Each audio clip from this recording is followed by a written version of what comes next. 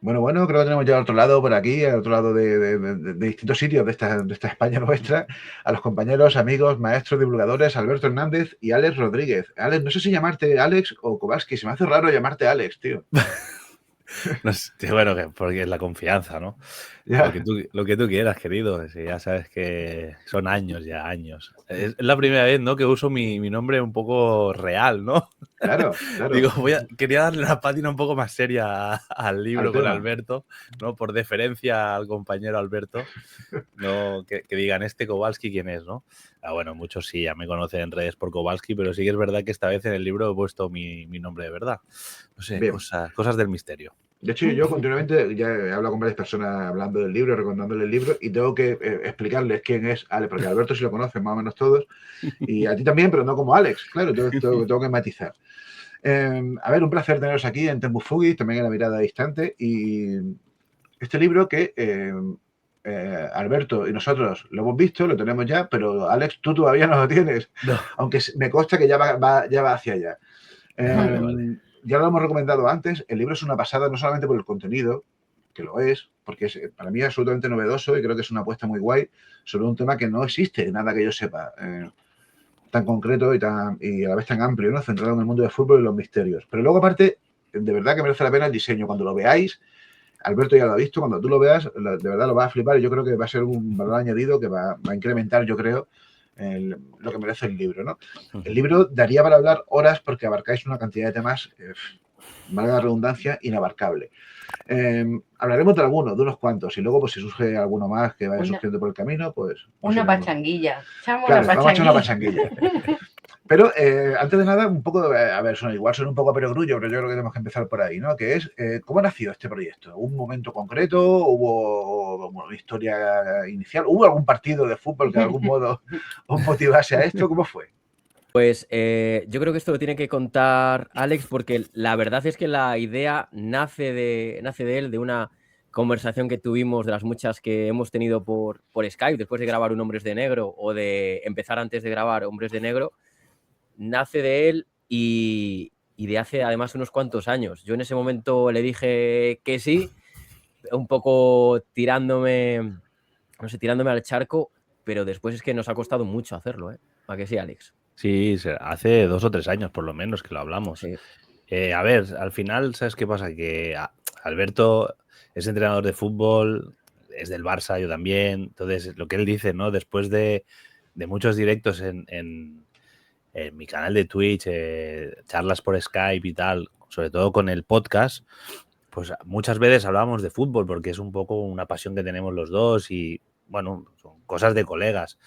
Y yo, tío, no sé, también lo has comentado tú, Óscar, antes, al principio, es que no hay bibliografía o no hay nada como recopilado del mundo del fútbol y el misterio y son dos mundos y a la vez dos pasiones que tenemos Alberto y yo que, no sé, yo veía la necesidad un poco de recopilar casos y porque yo pensaba, a la que me ponga esto sale algo, sale un libro seguro porque hay infinidad, es que también lo has dicho tú, Óscar, es inabarcable el mundo del fútbol, hay cientos de miles de historias que pueden salir y eso, ¿no? Un poquito, pues, conociendo a Alberto ya de tantos años y tal, pues un día sí salió casi como una anécdota, como una broma, tío, podríamos escribir un libro sobre misterios y enigmas de fútbol porque hay seguro que vamos a encontrar mucha temática y aparte que es eso, que es un tema que a los dos nos apasiona y que seguro que poniéndonos, ¿no? Entre los dos sacamos algo, pero sí que es verdad que a la vez no hemos tenido tiempo o no se ha dado hasta hace el año pasado más bien ponernos a ello. Pero claro, a ver, realmente, yo creo que a ver, perdón, Alberto. Realmente, Óscar, Raquel, viene del año 2022, ¿eh? Que estaba justo buscando ahora por WhatsApp cuando lo hablamos, en el año 2022. Ya ves.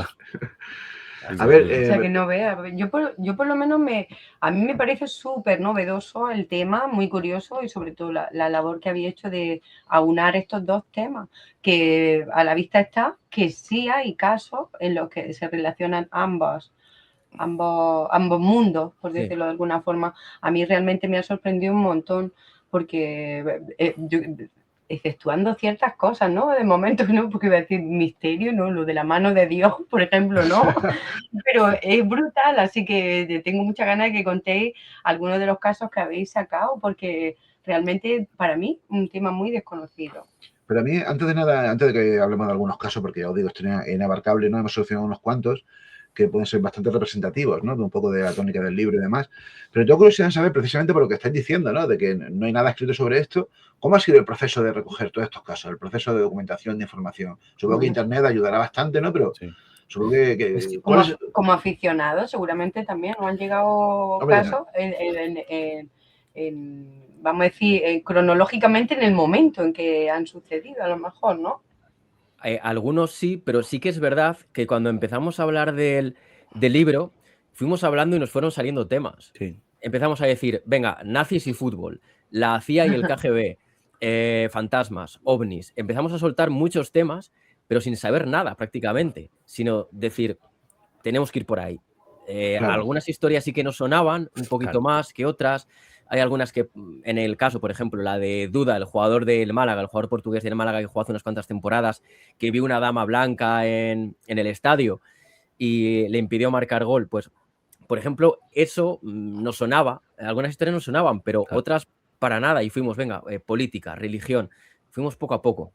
Sí, al final es que cuando tú eres aficionado al fútbol, que es un poco el caso de Alberto y mío, yo soy socio del Barça, o sea, yo soy de domingo, de ir al campo, ¿sabes? Y Alberto está mamando campos de regional todos los fines de semana. Somos gente que más o menos mamamos fútbol y todas las anécdotas, curiosidades que te llegan, se te van quedando.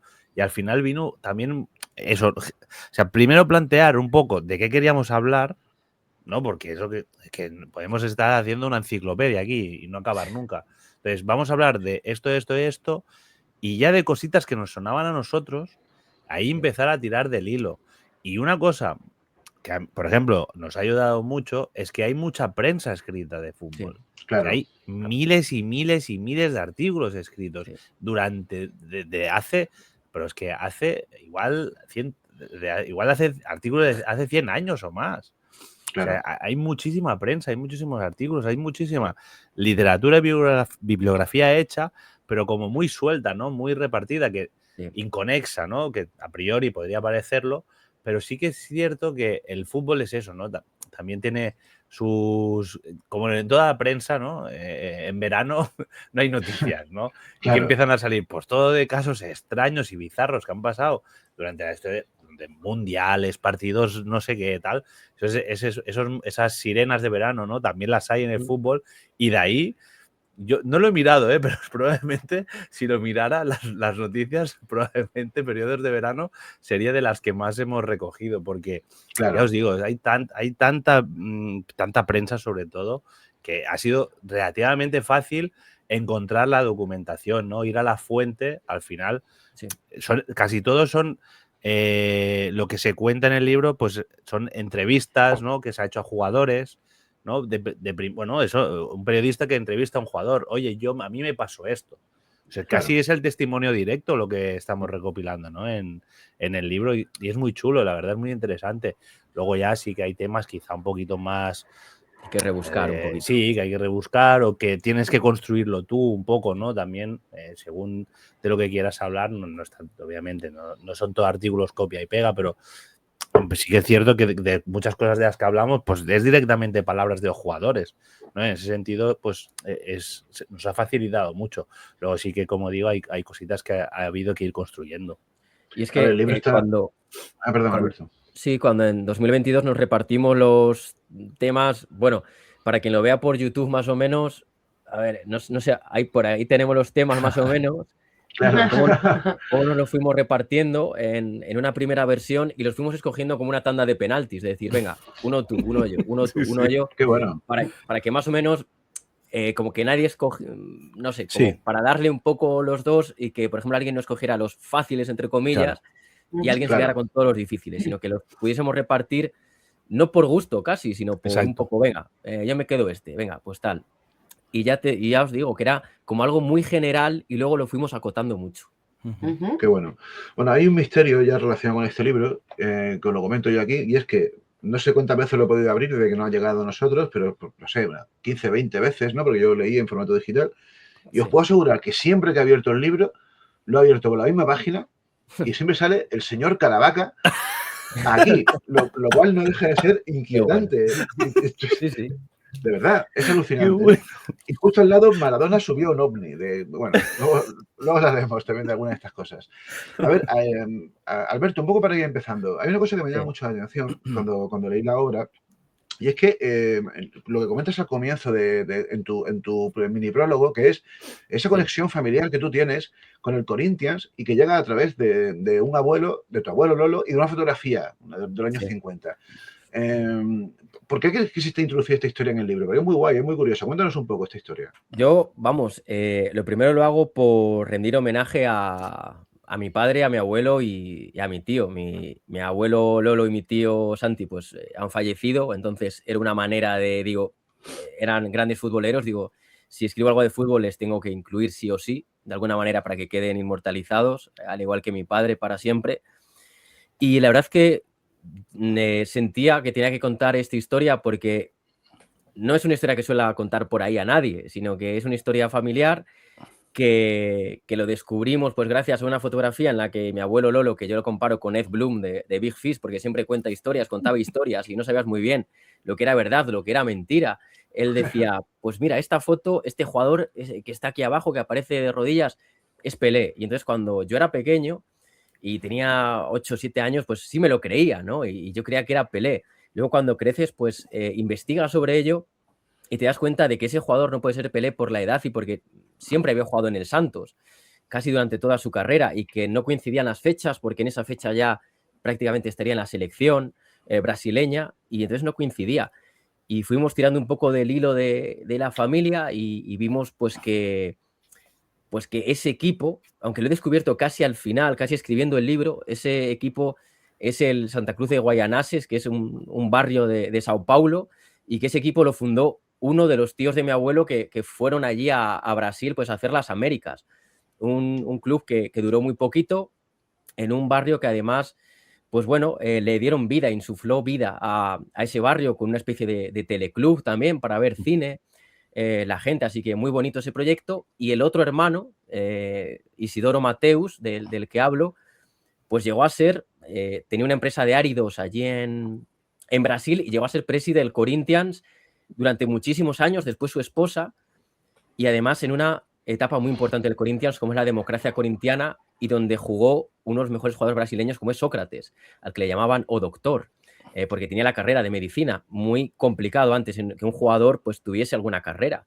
Y Sócrates tenía la carrera de medicina y seguro que lo podéis recordar con su barba, con el pelo rizado y con una cinta en el pelo. Sí. Era como alguien muy particular. Y durante esa etapa del Corinthians, pues Isidoro Mateus, el tío de mi abuelo Lolo, era el presi. Y entonces yo digo que a lo mejor pues mi abuelo contaba otra historia, pero que a lo mejor no era lo importante eso, de si era Pelé o no, el que estaba en la foto, sino todo lo que había detrás. Claro. No, es casi que más interesante esa Sí. historia que el hecho de que hubiese estado guay, ¿no? Que estuviese Pelé en la foto, Sí, pero sí. bueno. Y bueno, Alex, ¿y tú cómo te iniciaste en el mundo del fútbol? ¿O también tienes una historia familiar detrás? ¿O tu afición fue sola? Bueno, ¿sabes qué pasa? Que, a ver, yo soy de Barcelona, ¿no? Y realmente aquí en Barcelona, en Cataluña, el Fútbol Club Barcelona es muy importante siempre por esa catalanidad, ¿no? Y sí que es verdad que a nivel genérico, como que el Barça siempre ha estado en las casas de los chavales, ¿no? Yo hablo por mí, hablo por mis colegas, gente de mi quinta y tal, incluso pues más mayores y aún todavía sigue. Es como que el Barça representa, ¿no? Esos valores, ese seny, ¿no? Un poco esa catalanidad, ¿no? Esa idea un poco de la cultura catalana que se exporta al mundo a través de este equipo de fútbol, ¿vale? Y ya te digo, en mi casa siempre ha habido esa pasión por el Barça, ¿no? Mi padre veía mucho los partidos, yo desde muy pequeño los veía con él y es una cosa que aquí en Barcelona es muy común. O sea, es muy común ser aficionados al fútbol y muy común ser aficionado al Barça. Entonces, bueno, yo de muy pequeño he sido, pues eso, ¿no? Como continuador de esa pasión. A mí me ha venido dado, ¿no? Eso en mi casa lo he vivido. O sea, eso o lo vives o no lo vives. O sea, si en tu casa ha habido fútbol, pues serás futbolero. Si no, no lo serás, ¿no? Es una cosa que tampoco se puede explicar, ¿no? Es como que es y ya está, ¿no? Claro. Y bueno, pues eso a mí me ha llevado un poco pues, a esa pasión. De hecho, yo he sido de ver los partidos y tal, lo que pasa que yo me vine a vivir a Sants, al barrio de Sants, que está muy cerquita del campo del Barça, y cuando me vine a vivir aquí, empecé, ya de mayor, ¿no? A unos 10 años más o menos, 10, 15 años, empecé a ir más frecuentemente al campo por eso, porque me pillaba muy cerca de casa, ¿no? Y voy andando al campo. Entonces, claro, como que ya empiezas a entrar en esa dinámica de ir al campo, te pica, me hago socio, ¿no? Entonces, bueno, acabas, pues eso, ¿no? Forma parte de tu día a día, ¿no? Un poquito el tema del fútbol y tal. Sí que es verdad que ahora con el niño lo tengo más aparcado, voy cuando puedo, cuando realmente es un partido grande, pero sí que hace años he ido partidos, o sea, a todos los partidos y tal. Y en el libro cuento una anécdota de uno de esos partidos, de hecho, que es la remontada que hace el Barça al PSG, el 6-2, bueno, es un partido muy mítico que se vive aquí en el Camp Nou. Y bueno, hubo un estallido tan brutal de júbilo y de alegría de la gente que hay un sismógrafo muy cerca del campo del Barça y saltó el sismógrafo. O sea, hubo un pequeño terremoto, ¿no? Un pequeño sismo. Se provocó un terremoto. Sí, se provocó un terremoto. De hecho, ese día yo lo explico en el libro y creo que representa también bastante bien esa pasión de los aficionados del fútbol, de la locura, ¿no? Esa pasión desenfrenada cuando se marca un gol o cuando se consigue un título importante. Y yo te digo que es que ese día, o sea, lo recuerdo muy bien, muy vividamente, pero a la vez como muy desenfocado, ¿no? Era un éxtasis, ¿no? Claro. De hecho, recuerdo la sensación de estar andando, como corriendo, no sé, sin saber lo que hacer muy bien, y la sensación esa de andar sin pisar el suelo. Fue una cosa muy, muy bizarra. Tú imagínate, el Camp Nou son 98.000 espectadores. Claro. Tú imagínate 98.000 personas saltando a la vez. Es que eso es absurdo si lo piensas, es una locura, ¿no? Pues eso provocó que el sismógrafo que está ahí en las Corts saltara, ¿no? Es una locura, de hecho se recoge en prensa, lo pongo ahí en el libro. Es un poco eso, ¿no? Bueno, el fútbol al final es eso, para mí es una pasión, ¿no? Una pasión que no hace falta, que no tratas de entenderla, ¿no? Un poquito. No, claro, hay como que todas vivirlo. las pasiones, como todas las pasiones es algo muy emocional, ¿no? Y fíjate, de hecho, casi ya entrando en cositas del libro, ya te vas a casi como esas mística, religiosidad. Es que el fútbol tiene mucho, ¿no? De esta mística, de esa, bueno, pasión desenfrenada que muchas la viven casi como una religión, ¿no? Es un tema muy loco, la verdad. Fijaos, una cosa curiosa, habéis dicho que los dos sois del Barça.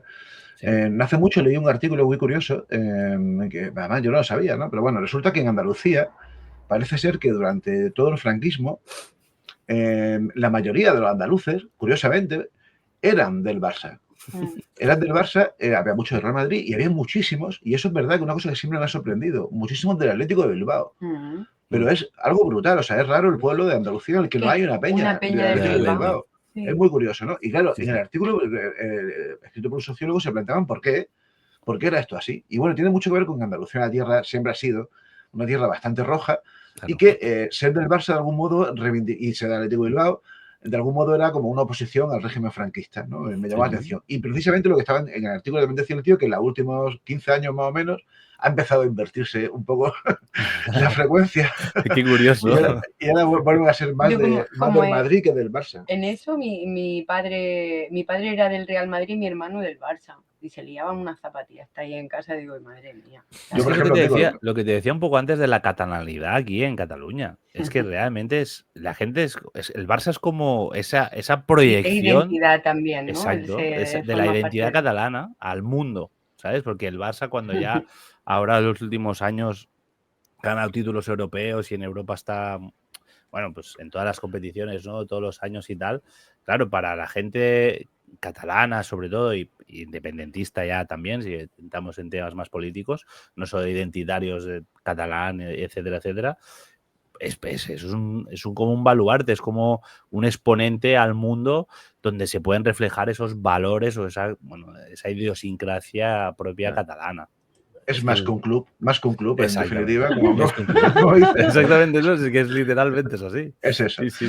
En fin, vamos a empezar con algunos de los temas que nos ocupan porque hay unos cuantos y merece la pena. Vamos a empezar contigo, Alberto, con un tema que a mí me ha flipado, que es que yo os juro, mira que yo conocía algo de la vida de este señor, tampoco mucho, y tampoco me ha interesado demasiado, ¿no? Pero me ha flipado conocer esta historia. Juan Pablo II. Pero vamos, es como, de verdad, este hombre fue portero de fútbol, o sea, no tenía ni idea de que esto era así. Cuéntanos. Para mí, Juan Pablo II, Karol Wojtyla es el guardameta de Dios. Aunque pueda sonar así un poco rimbombante, pero me sorprendió. Es una historia que escuché hace unos cuantos años, hace muchos años, y me sorprendió después porque nosotros vemos como a los papas como alguien intocable, ¿no? Como a lo mejor que siempre han sido muy puros, como que a lo mejor no han tenido aficiones, como que nunca han sido jóvenes, porque siempre los vemos mayores o los conocemos de mayores. Claro. Bueno, pues Karol Wojtyla en Polonia pues le gustaba el deporte, era como otro joven cualquiera. Y sobre todo le gustaba mucho el fútbol y sobre todo le gustaba ser portero. Y llegó a jugar en el MKS Cracovia, que es un equipo que ahora mismo está en la primera división polaca. Es decir, que no es un equipo cualquiera, no es un equipo de barrio de Polonia, sino que es un equipo profesional que ha ganado cinco ligas, además en Polonia, y fijaros que la última la ganó en la 47-48. Es decir, por edad, Juan Pablo II podría haber jugado en este equipo campeón, porque más o menos nació en 1920, por ahí, un poquito antes, y si llega a seguir jugando Karol Wojtyla, quizás hubiera jugado en este equipo campeón de liga. Era uno de los equipos más conocidos, también jugó de delantero, así que le gustaba marcar goles. Se cuenta que en algunos partidos, ya no en el MKS, sino ya siendo seminarista, pues jugaba contra judíos, le daba igual, y creo que eso es bonito. Esos partidos judíos contra cristianos, sin importar la raza, el credo y todo eso, tener el fútbol es capaz de unir a personas. Y mantuvo su afición por el fútbol y por el MKS Cracovia hasta el fin de sus días, porque unos meses antes de morir, en el año 2005, le visitaron directivos y jugadores de este equipo polaco. Se puede ver una foto con las bufandas, les recibió en audiencia, y lo que hicieron en honor suyo ha sido retirar el número 1. Es decir, bueno, tiene tres porteros ahora mismo el MKS y ninguno lleva el número 1. Llevan el 13, el 27 y el 91. Y eso es muy difícil de ver en el fútbol. En baloncesto es más fácil, ¿no? Que retiren el dorsal de un jugador, pero en el fútbol eso es muy difícil de hacer. Y el MKS lo hizo en su honor. Además, durante su pontificado, Juan Pablo II bendijo el balón etrusco en el año 1989. Ese etrusco fue con el que se jugó el Mundial de Italia 90.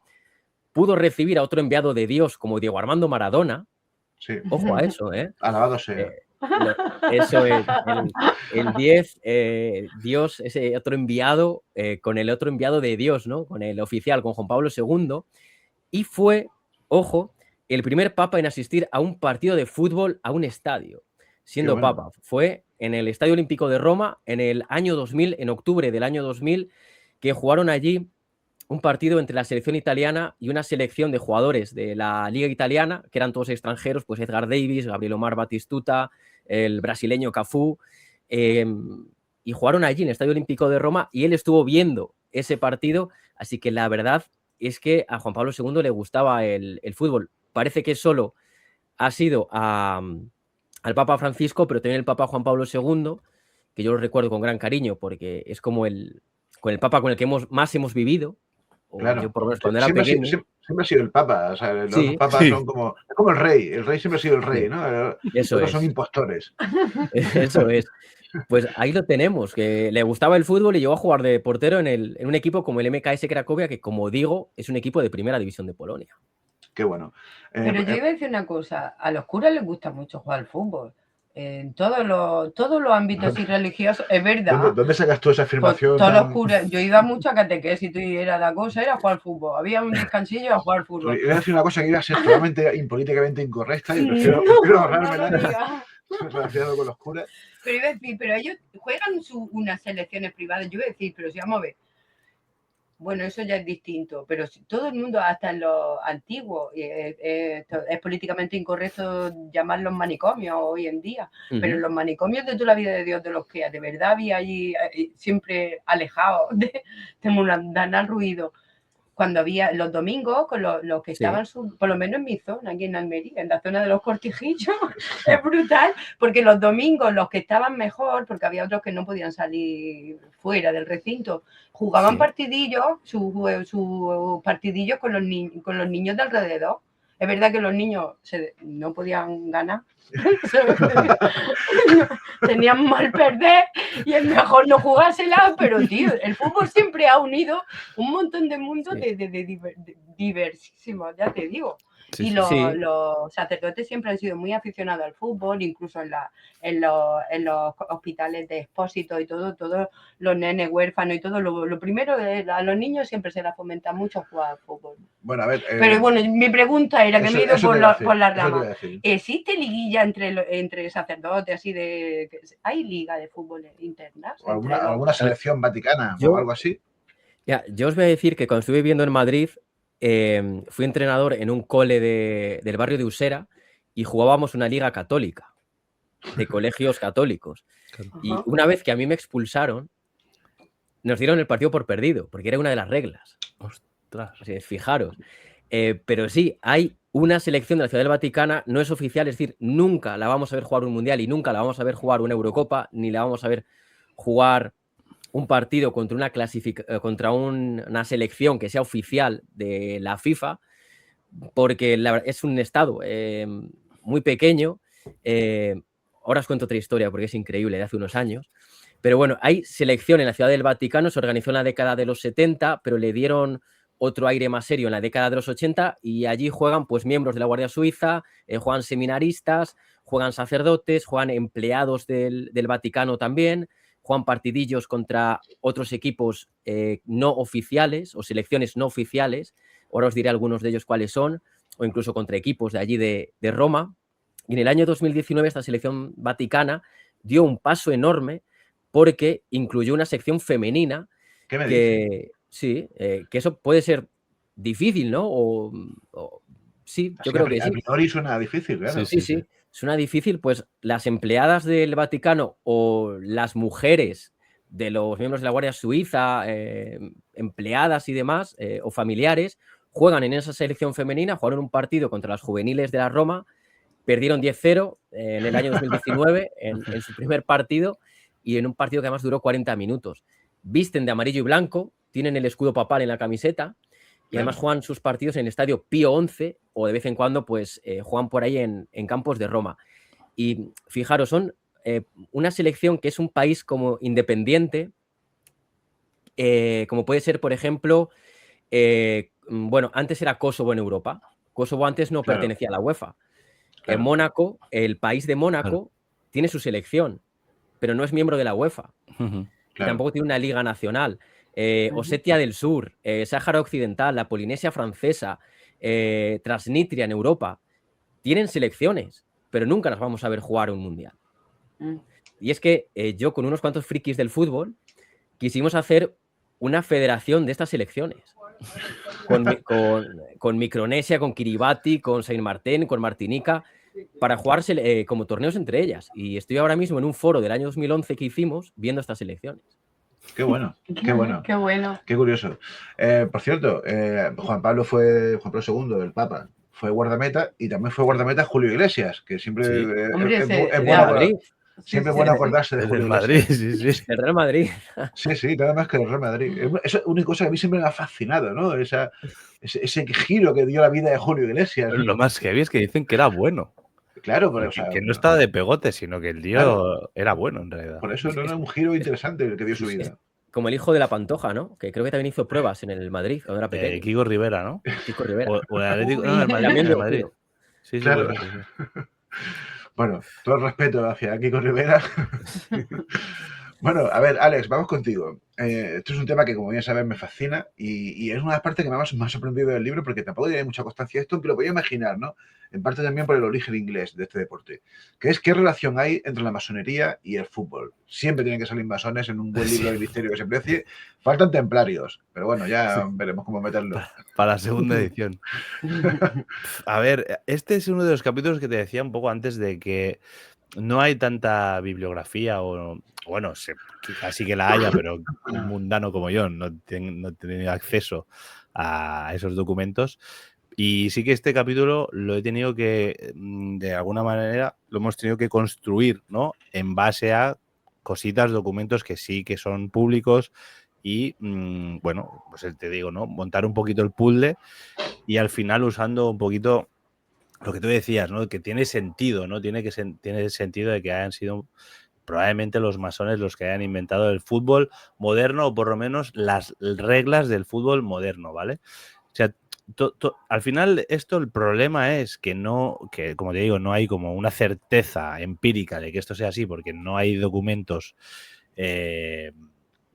O sea, los documentos están, ahora hablaré de ellos, pero no de que las personas que lo firmaran fueran masones, porque la masonería es discreta, no se tiene por qué saber, a no ser que vayas diciéndolo por ahí, que eres masón. Entonces, se supone que los que firmaron las primeras reglas del fútbol moderno eran masones. ¿Por qué se cree esto? Porque el 26 de octubre de 1863, en la Freemason Tavern de Londres, era una taberna frecuentada por masones, que era hospedada por masones y bueno, era una taberna masónica, por decirlo claramente, aunque también discreta y en muchos sitios te dirán que no, pero que sí, ¿vale?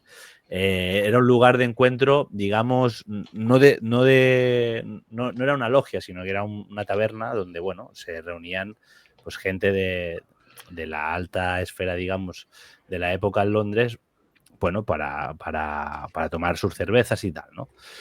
Entonces, lo que sí se sabe es que la Football Association, ¿vale? Es decir, la primera federación de fútbol que se unifica y que se realiza y que se da en la historia, que es como lo que te digo, el nacimiento del fútbol moderno, se firma y se constituye en esa taberna, ¿vale? Con esa, como digo, gran vinculación con los masones. También es lógico pensar que fue así, primero porque el fútbol proviene de un protofútbol, podríamos decir, ¿no? Que era una especie de rugby, ¿vale? De hecho, las primeras reglas de la Football Association, donde se firman eso, ¿no? Las primeras reglas donde se establece, ¿no? Esas primeras reglas del fútbol moderno, se hacen precisamente para separarse del rugby, ¿vale? O de ese fútbol que se juega con las manos, etcétera, etcétera, porque digamos que en esa época el fútbol solo jugaba la gente de altas esferas, ¿no? Nobles sí, bueno, los lords, por decirlo de alguna, sí, los lords. Solo estaba destinado a gente de alta cuna, etcétera, etcétera. El tema es que esta gente eran muy pijos y no se querían manchar, no querían coger la pelota con las manos, no querían enguarrarse en el barro, no querían hacerse placajes, etcétera, etcétera. Por eso crearon las reglas del fútbol.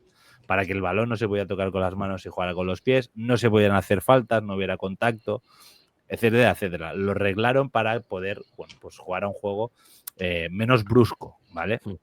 Entonces, toda esta gente, de estas élites, por decirlo de alguna manera, crean estas reglas y lo hacen en una taberna masónica y a la vez, como os digo, es muy lógico pensar que esto sea así porque en aquella época todas las asociaciones culturales, o la gran mayoría, tanto deportivas como esos valores, digamos, del deporte, de la fraternidad, ya nos va sonando, ¿no? De dónde provenían, ¿no? Todo eso provenía de las ideas, bueno, de la Ilustración primero, y ya pues en consecuencia pues también al tema de quizá pues masonerías, etcétera, etcétera. Como os digo, a ver, en el libro obviamente todo esto que os estoy contando está explicado con mucho más en profundidad, hay documentos, hay cositas, ¿no?, interesantes que se pueden ver, pero al final ya te digo, ¿no?, es un poco uno de esos temas que sí que hemos tenido que construir o reconstruir un poquito a través de eso, ¿no?, de ir poniendo piezas y al final generar un puzzle, y con lo que tú ves en ese puzzle, en nuestro punto de vista, ¿no?, nuestra impresión, lo que nos sale, pues un poquito es eso, ¿no?, esa idea de que probablemente los masones hayan tenido que ver. Y eso en el inicio. Luego sí que es verdad, el capítulo de la masonería es bastante extenso porque, por ejemplo, hay un montón de casos, que eso sí que se sabe, sobre todo en Sudamérica, de equipos fundados por masones, ¿vale? Como River Plate, por ejemplo. De hecho, van con traje blanco y con la franja roja, como podía ser en alegoría a los mandiles o los trajes masónicos. Eso se sabe que es así, que son fundados por masones. Y hay aquí en España el caso más famoso, entre comillas, o más de la conspiración que la gente habla, es el caso del Barça, que hablábamos, ¿no?, del Fútbol Club Barcelona, que Joan Gamper, lo más probable es que Joan Gamper era judío, eso ya es así. Él, cuando viene a vivir a Barcelona, se queda hospedado en casa de uno de los manos derecha de Rosend Arús, ¿vale?, que es uno de los masones más importantes de aquí de Cataluña. Sí, el de la biblioteca Arús esta, ¿no? De la biblioteca Arús, etcétera, etcétera. Él se hospeda en casa de este hombre, que no sé si es familiar su tío, es que ahora no recuerdo exactamente. Bueno, ya os digo, todo esto sí que está en el libro. Y la logia Bant, ¿vale?, que es a la que pertenecían Arús y este señor. De hecho, los colores de la logia, de los trajes, eran azul y grana, ¿vale? Entonces, bueno, por ahí vamos de nuevo vinculando la idea de también la estética propia del Fútbol Club Barcelona. Podría tener un posible origen masónico, etcétera, etcétera. Qué bueno. Y ya te digo, bueno, dime. No, que me sorprendería que nuestro siguiente protagonista, Javi Pobes, se enterase de que el deporte que él practica fue creado por masones.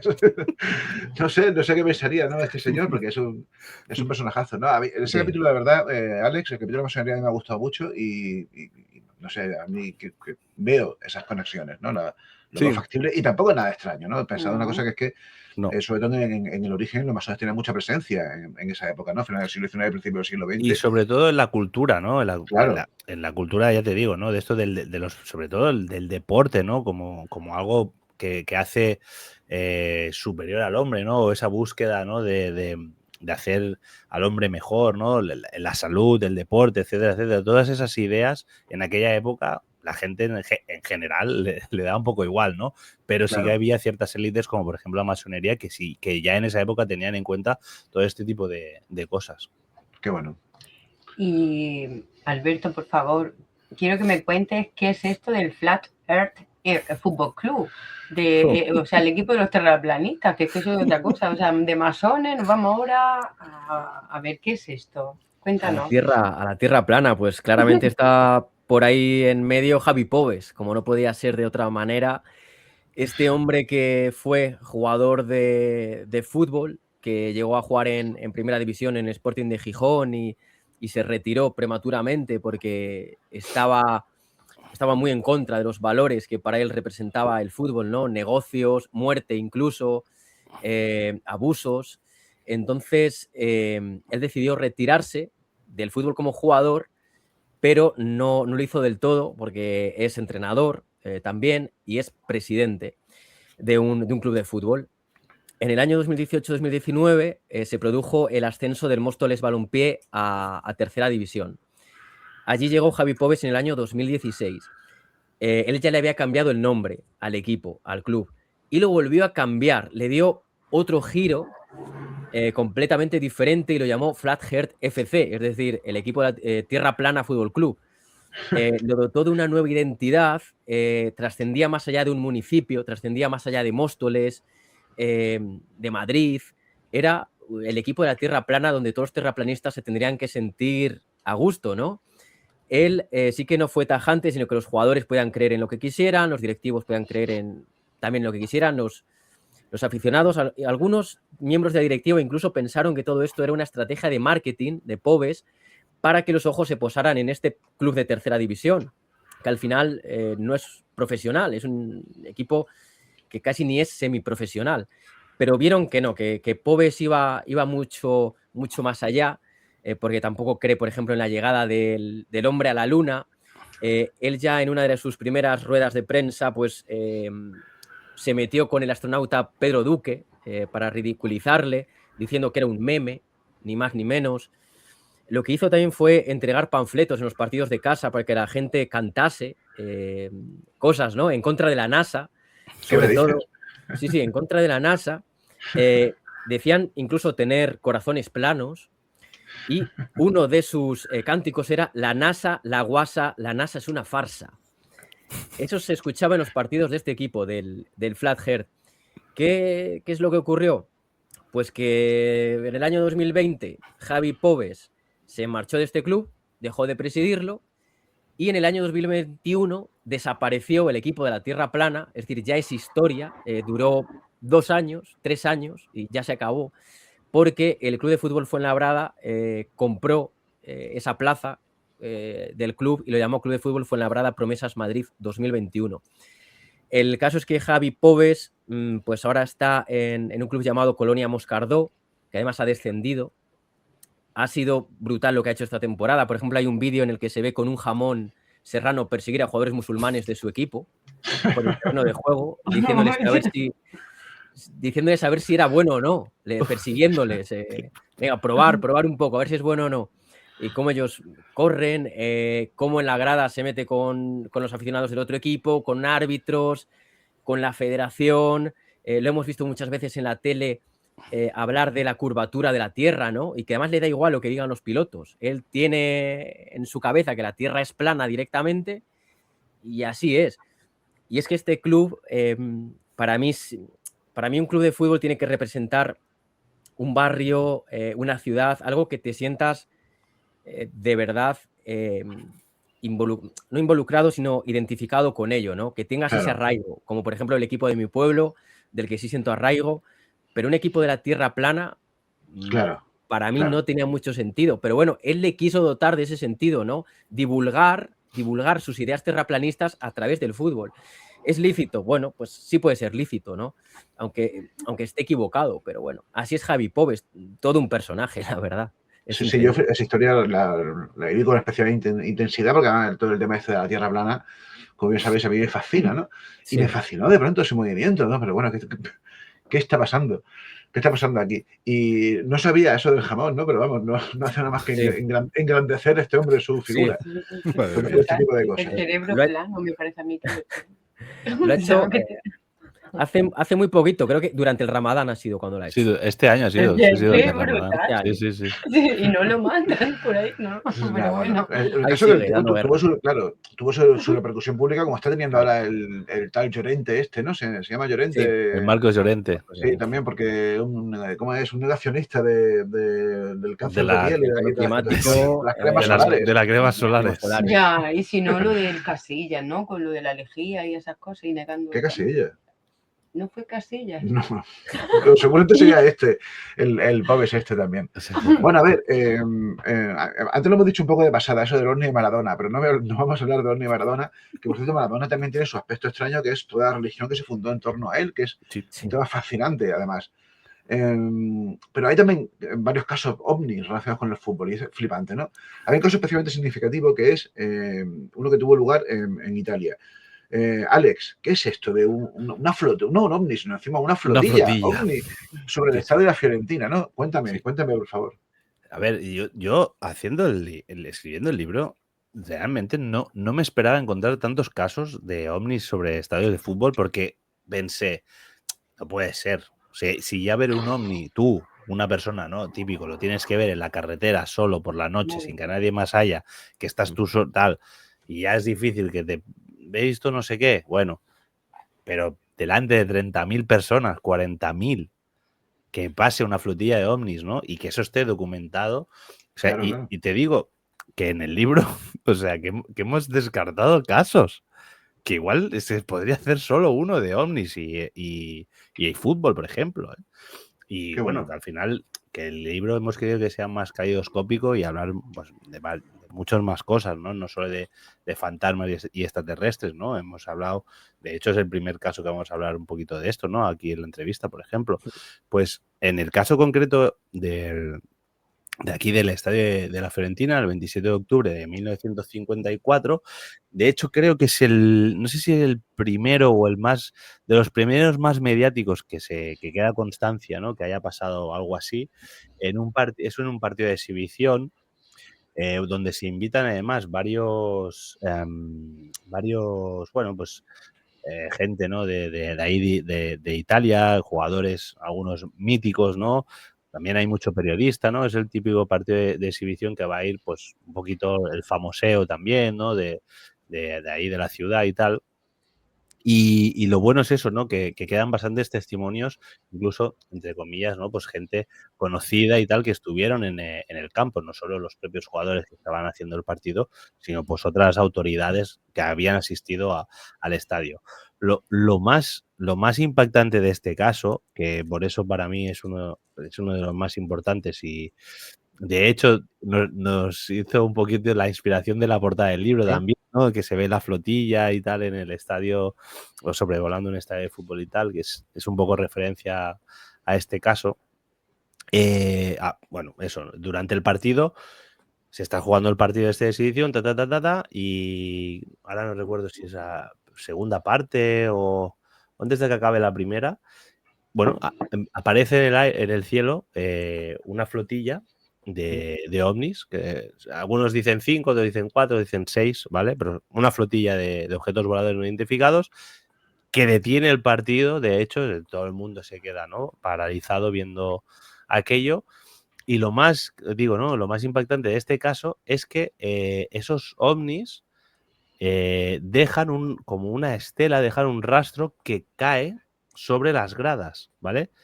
Flipa. Algunos testimonios dicen que parecían como una tela de araña, como unas especies de telas de araña que caían, ¿vale? Como una especie también de polvo, de nube, ¿no? Es la nube esta, ¿no? De azúcar de algodón, ¿no? Algodón de azúcar, esta especie Sí, como de sí. nube que también como que estaba ahí caído encima de la gente, encima del estadio. Y se pueden recoger las muestras, ¿vale? Y de hecho encontré, y yo no sé dónde lo he sacado, en algún artículo, ¿no? de prensa de la época, se publicó como un estudio, ¿vale? De lo que, bueno, que se analizó, ¿vale? Todo este material que había caído. Obviamente el estudio, pues, no es muy concluyente porque no saben qué es, como unas fibras, pone como fibras, ¿vale? Fibras, indeterminado, no se sabe muy bien lo que pudo caer, pero te digo, o sea, este caso es muy, muy impactante porque tenemos avistamiento por un lado delante de miles de personas a plena luz del día, además fue a plena luz del día, y que esos ovnis dejaron una impronta, ¿vale? Cayó ahí algo, o sea, a su paso iban dejando una estela, unos rastros, ¿vale? Se especuló con que podía ser lo típico, ¿no? Reflexión de Venus que con el sol la luz te da Claro. y ves ahí algo raro, y que lo que estaba cayendo eran telarañas. Hay unas arañas que saltan, ¿vale? Hay unas arañas migratorias, hay un tipo de araña que son las arañas migratorias o saltarinas, que utilizan sus telarañas. Y tú imagínate, pues miles de arañas, no una araña, sino miles de arañas que son migratorias, ¿vale? Y que van dejando a su paso, pues este rastro como de una especie de cabello de ángel o una especie de telaraña, ¿no? Se especuló con que podía ser eso, pero el estudio que se hizo no determinó que fuera eso, sino que eran como fibras o algo así. Fibras que no se podían como detectar o no sé, que no sabían qué eran. La verdad que te digo, es un caso. Un caso alucinante. Muy, Un caso alucinante como es también alucinante el caso que os decía de, mira, me hace la prueba. Caravaca. No, pero casi. En la siguiente página está Caravaca. Que el caso este de Caravaca, que además recuerdo que salió en Cuarto Milenio con el amigo Michael Martínez también, que fue coprotagonista de este caso, su caso también brutal. Sí, sí. A ver, chicos, ya casi que nos quedamos sin tiempo, pero nos queda un tema que preguntaros a cada uno, ¿no? Para que veamos también un poco que el libro también se va por otros caminos que son muy interesantes, ¿no? Por ejemplo, Alberto, esto es una relación que a mí me ha costado entender, pero me parece, claro, cuando lo lees se entiende bien, ¿no? Y es, ¿qué tiene que ver Sito Miñanco, el famoso narcotraficante Sito Miñanco, con el tema del fútbol? Claro, uno puede pensar, bueno, va con el tema de la droga, que también sería un capítulo interesante, ¿no? El tema de la droga en el mundo del fútbol. Pero no, exactamente qué tiene que ver este tipo con el fútbol. Hablamos de drogas en el libro, pero no hablamos de doping de jugadores, sino de droga pura y dura. Claro. José Ramón Prado Bugallo, Sito Miñanco, uno de los mayores capos de la droga en la historia de España, uno de los mayores criminales, mariscador furtivo que traficaba con tabaco, contrabando. Le detuvieron en el año 1983, acabó en Carabanchel, allí estrechó lazos con el cártel de Medellín, con alguno de los presos que había allí, ¿no? Que estaban vinculados con este cártel, y cuando salió de allí, pues decidió traficar con cocaína. Y en su localidad natal, en Cambados, había un equipo fundado en el año 1963 llamado Juventud de Cambados, del que pues él, ni corto ni perezoso, no se sabe si por afición al fútbol o por un intento de blanqueo de dinero, muy probablemente, se hizo cargo de él y se hizo presidente de este club. Se hizo presidente, el club vivió una etapa de oro entre 1986 y 1990, llegó incluso a Segunda B, tenía jugadores de lo mejor de Galicia, se decía que el salario de los jugadores era superior al del Depor o al del Celta de Vigo, así que a clubes mucho más importantes que el Cambados no dejaba de ser una población de 13.000 habitantes, algo muy pequeño. Era un club que incluso llegó a realizar giras por Panamá y Venezuela de fútbol, cuando esto era algo impensable en un equipo de primera división. Incluso ahora mismo hay equipos de segunda división que no van fuera a jugar partidos. Pues el Juventud de Cambados fue. Había salarios muy altos, no acordes a la categoría, se hablaba de fiestas con prostitutas, se dice que los jugadores no sabían muy bien de dónde venía el dinero o se hacían los locos, pero el caso es que cuando Sito Miñanco vuelve a ser detenido, el club cae en desgracia, desciende de categoría, desciende de segunda división B, vuelve a tercera, prácticamente ahí un poco desaparece, y yo en el libro cuento que asciende a tercera otra vez, y bueno, ha vuelto a descender, esta temporada ha vuelto otra vez a regional. Él hizo una grada para 2.000 espectadores en un pueblo de 13.000 personas, cambió el césped del estadio de Asburgans, así que la verdad es que invirtió mucho dinero ahí. Entonces yo me hago la pregunta, Sito Miñanco, héroe o villano en este caso, porque también hundió a muchas familias en Galicia, a muchísimas personas en Galicia sobre todo y en España, ¿no? ¿Cuántos jóvenes cayeron en la droga por su culpa? Y él, de alguna manera, también ayudó a que otros hicieran deporte, porque era un club que se formaba desde la base, desde niños, hasta lo más alto, hasta ese equipo que llegó a Segunda División B entre 86 y 90. También pagó mucho a los jugadores, les llevó a otros países que no los verían en ningún otro equipo. Entonces es eso, héroe o villano, Sito Miñanco. Pues ahí está la relación de la droga con el fútbol en España, uno de los casos. Qué bueno. Qué bueno. Y a ver, claro, es que al final esta gente son así, ¿no? Tenía tanta pasta el tipo, pues igual le dio el punto ahí sentimental y dijo, voy a lanzar el equipo de mi pueblo, de guay. Pues si mirad lo que hizo el Gil, pues si es que el Gil también. Y además habló de Pablo Escobar en Colombia, que hizo lo mismo, el narcofútbol colombiano, que da mucho de sí, ese capítulo también, con incluso asesinatos. Claro. Y aquí en España, pues yo creo que él también vio una manera de decir, oye, lavo un poco mi imagen, ¿no? Yo aquí soy bueno. Yo aquí doy dinero al equipo de mi pueblo. Claro, por lo menos a nivel local, seguro que un tiempo le funciona. Y Alex, yo a ti te pregunto por temas relacionados con la crónica negra. Por ejemplo, el caso de la tragedia de Chapecoense. Sí, claro. A ver, eso que vamos hablando todo todo el podcast, ¿no? Durante todo este rato, que el fútbol es inabarcable y obviamente pues el tema de la muerte no se escapa al fútbol y por desgracia hay o ha habido muchas tragedias relacionadas con el fútbol, la mayoría con estadios de fútbol, con abarrotamientos, con gradas que han caído, con gente aplastada por esas masas de gente, ¿no? Bueno, sobre todo ya te digo, ¿no? Con tema de tragedias de estas ha habido muchas, por desgracia, muertes de jugadores también, muchas. Ahí hemos hecho un pequeño homenaje en el libro también a todos esos jugadores que han perdido la vida, ¿no? Prematuramente en los campos de fútbol y bueno, y en otras circunstancias. Y yo creo que uno de los casos más conocidos, ¿no? Es el de Chapecoense.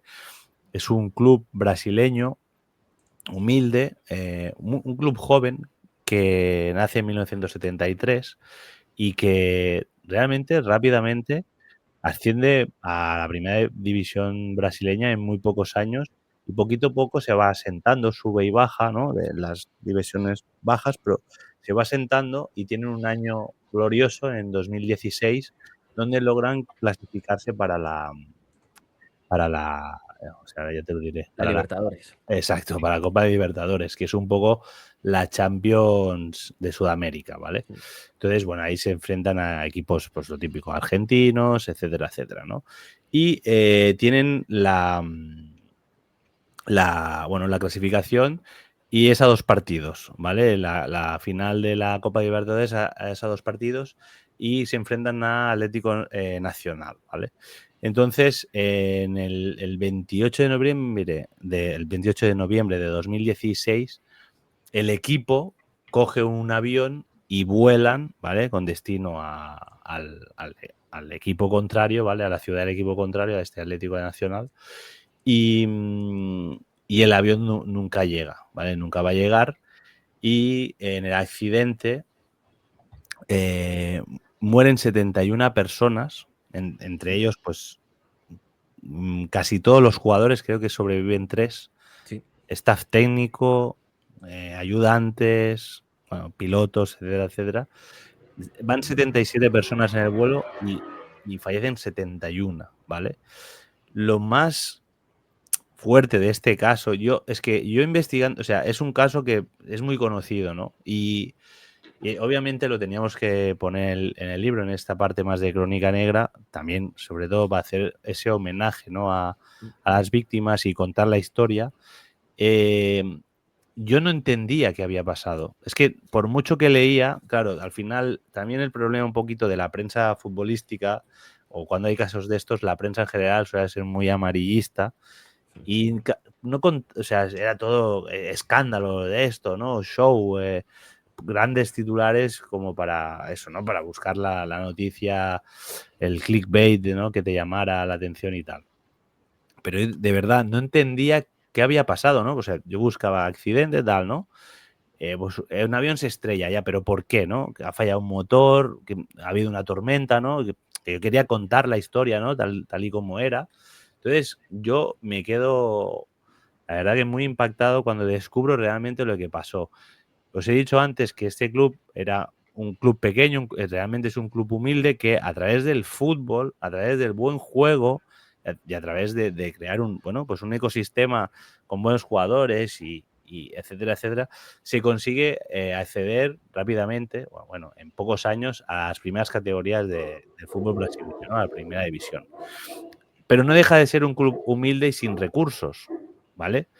¿Qué pasa? Que cuando les llega esta oportunidad de jugar como esta Champions sudamericana, ¿no? La Copa Libertadores, el club no tiene dinero para estar haciendo tantos viajes, ¿vale? Entonces contratan a una aerolínea de estas de bajo coste, donde el fallo humano brutal es que el piloto hace un plan de vuelo donde quiere ahorrar muchísimo combustible porque es como que, pues es una de estas aerolíneas pues muy barata, que los bajo costes, pues entre otras cosas, donde tiran de de Pero ahorrar dinero. beneficio, claro. Exacto, el beneficio, pues una de ellas es el combustible.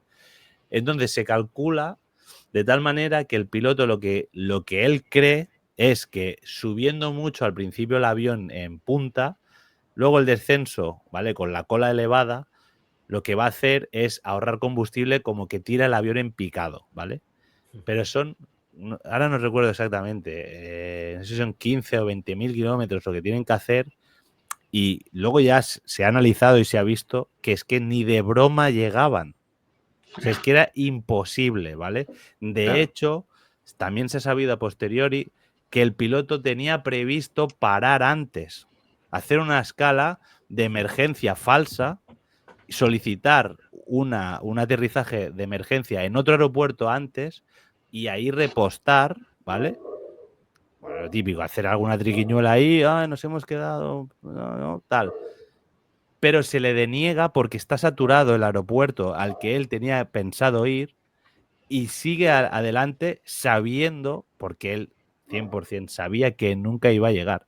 De hecho, vuelve a solicitar otro aterrizaje de emergencia, se lo vuelven a denegar porque están también saturados y entonces ya ese es el momento en el que ya definitivamente se acaba el combustible y por eso el avión, bueno, pues obviamente se estrella.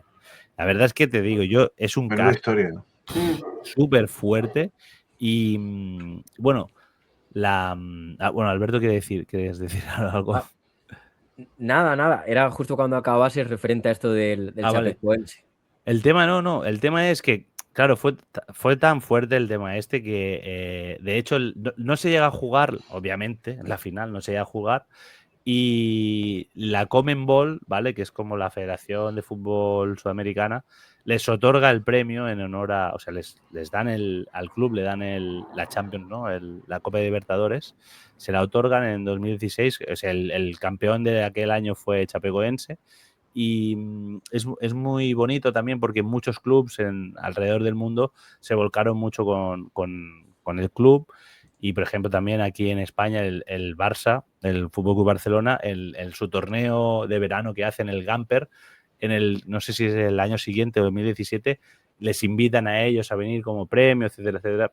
Como que el mundo del fútbol se volcó muchísimo con este caso porque realmente fue muy, muy duro. Bueno, antes de que alguien diga algo, que hemos estado diciendo la Libertadores fue la Sudamericana, que la Copa Sudamericana lo que ganaron, que es como la UEFA, sería la segunda Copa en mayor importancia en Sudamérica, y que uno de los supervivientes, que es Alan Ruschel, que volvió a jugar después de la tragedia, ahora está jugando en el Juventude de la Serie B brasileña. Leí en una entrevista como que él nota que la gente no le da, como que no es que no le dé importancia, sino que no valora lo que ha hecho él. Ya, claro. ¿no? Que ve como la gente le sigue viendo jugar al fútbol, como que la gente no valora que después de todo lo que ocurrió, él sigue jugando al fútbol. Claro. Y él se quejaba hace unos meses de eso. Curioso. En fin, chicos, ya lo hemos quedado sin tiempo. Podemos estar hablando horas porque no os podéis ni imaginar la cantidad de temas que hay en el libro, ¿no? Lo volvemos a mostrar por aquí. Misterios y enigmas del fútbol, de los amigos Alberto Hernández y Alex Rodríguez, alias el Kovaski, que, bueno, los que lo están escuchando aún está en preventa, sale a la venta mañana, precisamente, y la gente que nos vaya viendo luego posteriormente, bueno, pues ya está por ahí disponible. De verdad, totalmente recomendable y... ¿Qué decís? Ha sido un placer hablar con ustedes durante este ratico y os deseo el mayor de los éxitos con este libro. Desde aquí lo recomendamos y es súper ameno y ya te digo, un mogollón de curiosidades que para mí son muchas novedosas, aunque tengo cierta afición al fútbol, pero me quité hace mucho tiempo.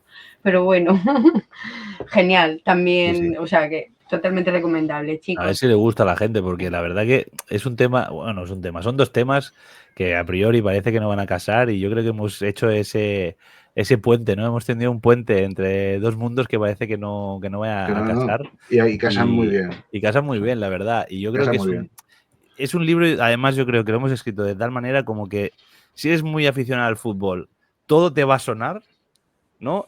de alguna manera vas a conocer detalles, referencias, y si eres amante del misterio, también vas a tener un montón de referencias, porque nuestro lenguaje muchas veces también se nos escapa y tiramos mucho de... No, ¿no? pues tiráis para el monte.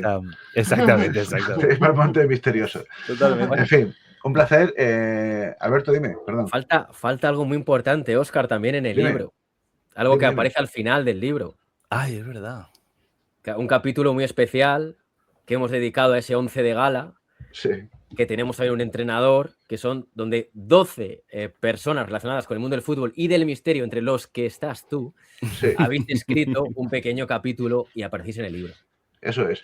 Yo ya os contaré yo lo que es el mío, pero es un recuerdo curioso que tengo yo también sobre el fútbol que tiene que ver con aquel mítico pastor. Oye, por cierto, y ya con esto terminamos, cuando escribí ese pequeño fragmento, se lo conté a alguna de las compañeras de la editorial, que la media de edad que tienen, pues de, no sé, los 30 más o menos para abajo, ¿no? Más o menos. 30 y muy pocos.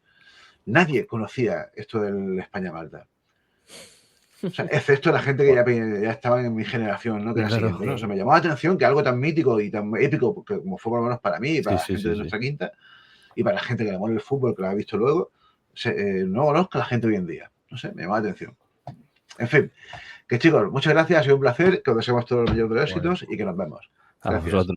Muchas gracias, Óscar, Raquel. Seguimos. Chao. Un abrazo.